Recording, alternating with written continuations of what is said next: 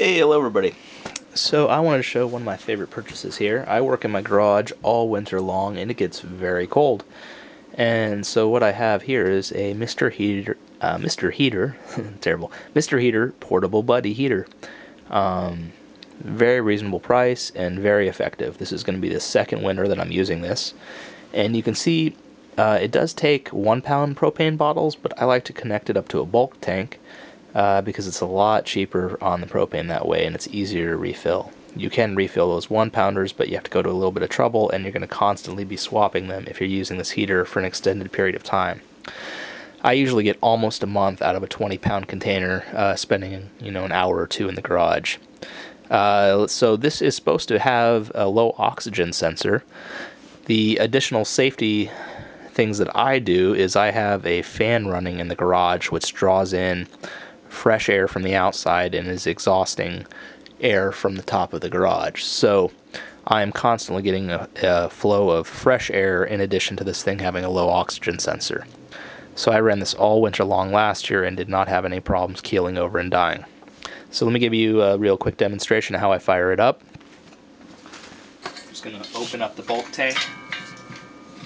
And I'll tell you, after this thing had sat for a full winter unused, we're going to see how easy it is for me to get the pilot going. But I did notice that it was tough for me to get the pilot going after not lighting it for a whole season.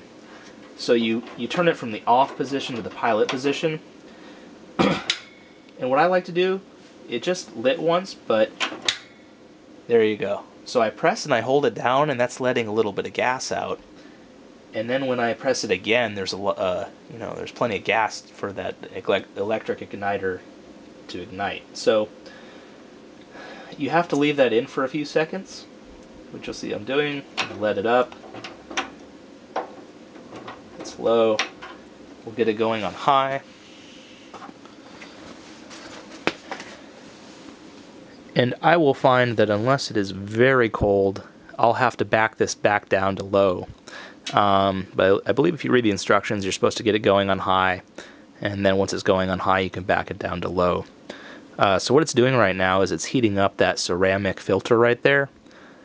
And you'll notice once it gets really going, that's going to glow nice and bright and put out a nice heat. So I am 3 feet away from it and I can feel it on my legs. This is approximately, let's say, a 24 by 24 garage.